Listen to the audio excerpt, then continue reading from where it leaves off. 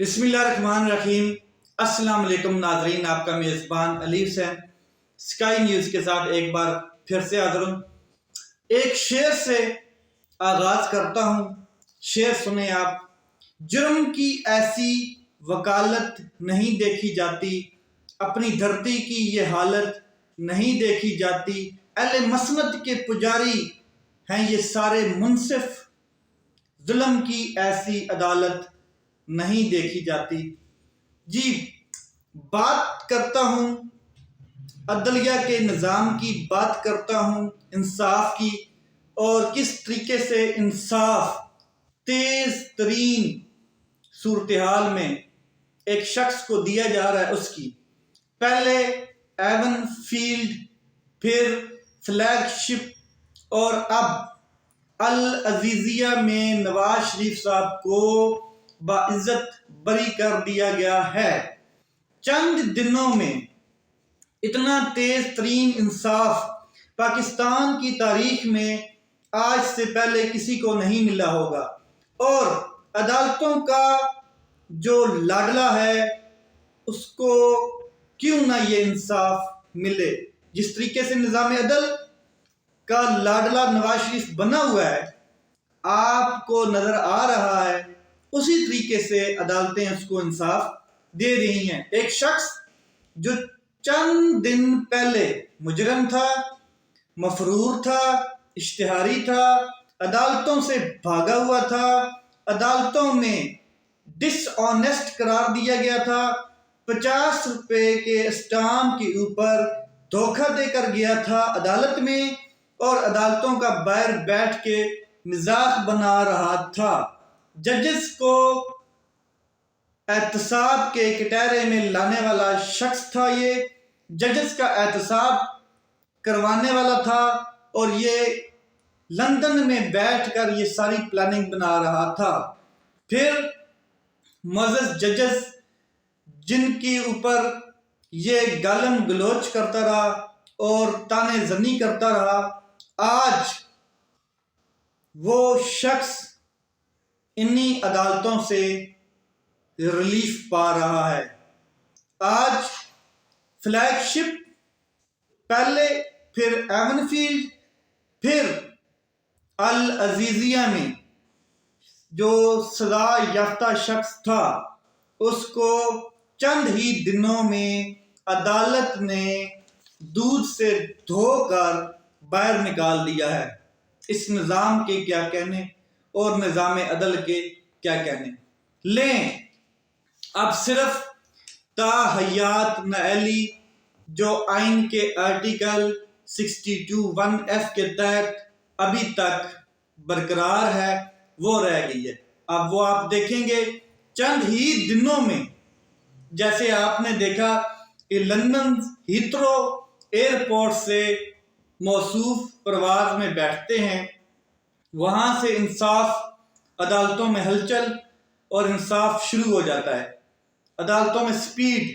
عدالتیں تیار ہو جاتی ہیں، اور اسلام آباد کی عدالت تو اپنے لوگ بھیج دیتی ہے بائیو میٹرک کے لیے، تو اس شخص کا وہاں سے انصاف شروع ہوتا ہے، اور وہاں سے دن گنتی شروع کر لیں۔ جب نواز شریف صاحب لندن سے روانہ ہوئے تھے اور آج کے دن تک آپ دن گنتی شروع کر دیں تو آپ کو لگے گا کہ 50+ چند ہی دنوں میں سارے کیسز میں اسلام آباد ہائی کورٹ کے 2 رکنی ڈویژن بینچ نے نواز شریف صاحب کو آنیسٹ قرار دے دیا ہے، ریلیف دے دیا ہے، اور باعزت بری کر دیا ہے۔ اب انہی عدالتوں سے باہر نکل کر یہ شخص نواز شریف صاحب ہنستا ہے، وکٹری کا نشان بناتا ہے، اور اگر کوئی شک ہے تو آپ تمام ویڈیوز دیکھ سکتے ہیں عدالتوں سے باہر پیشی کے دوران۔ پھر جو جھوٹ بولے گے، جو ایک شخص جھوٹا تھا، جو یہ جھوٹ بولتا رہا،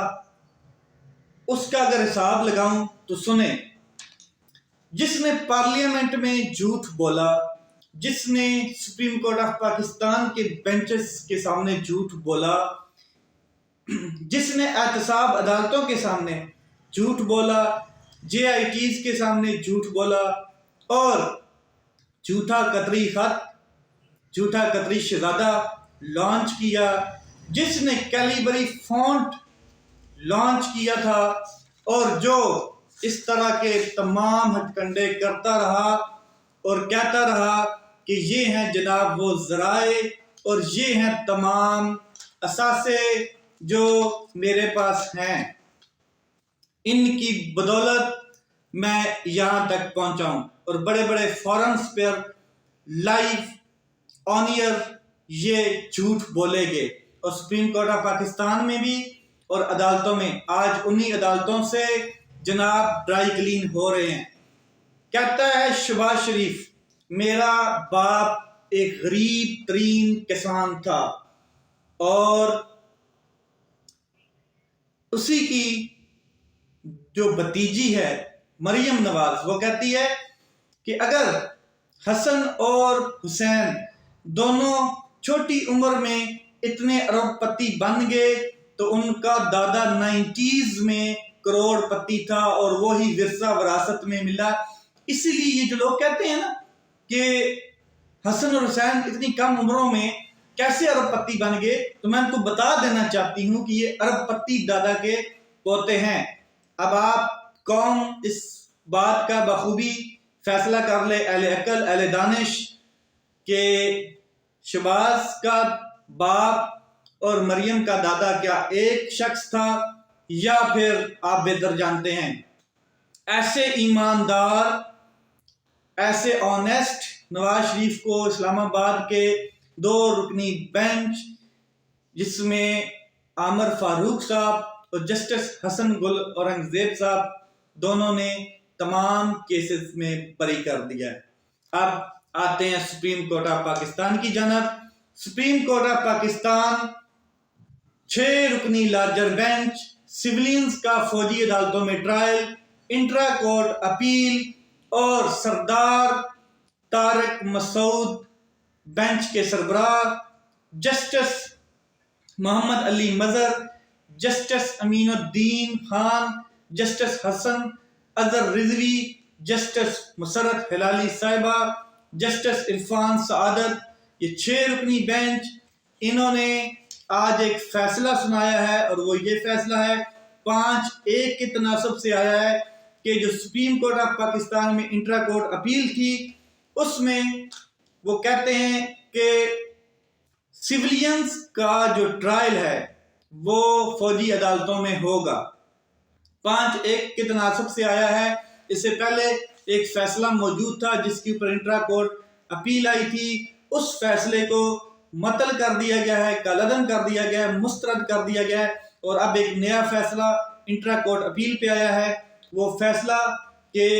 جو سیولینز کا فوجی عدالتوں میں ٹرائل ہے وہ دوبارہ شروع ہو گیا ہے مشروط طریقے سے۔ اب سیولینز کا فوجی عدالتوں میں ٹرائل ہو پائے گا،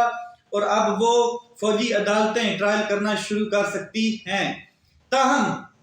جو حتمی فیصلہ ہے اپیل سے مشروط کیا گیا ہے، جو سپریم کورٹ آف پاکستان میں اور اپیلیں سیم اسی قسم کی درخواستیں ہیں، ان کے ساتھ حتمی فیصلہ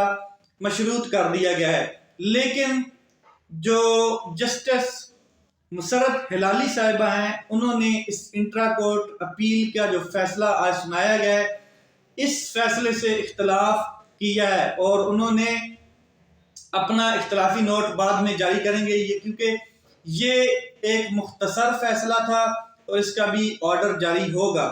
اسی بینچ کے سربراہ جسٹس طارق مسعود پر اعتراضات تھے، اور ان سے کہا گیا تھا کہ آپ خود کو بینچ سے الگ کر دیں، مگر انہوں نے الگ نہیں کیا۔ جسٹس طارق مسعود صاحب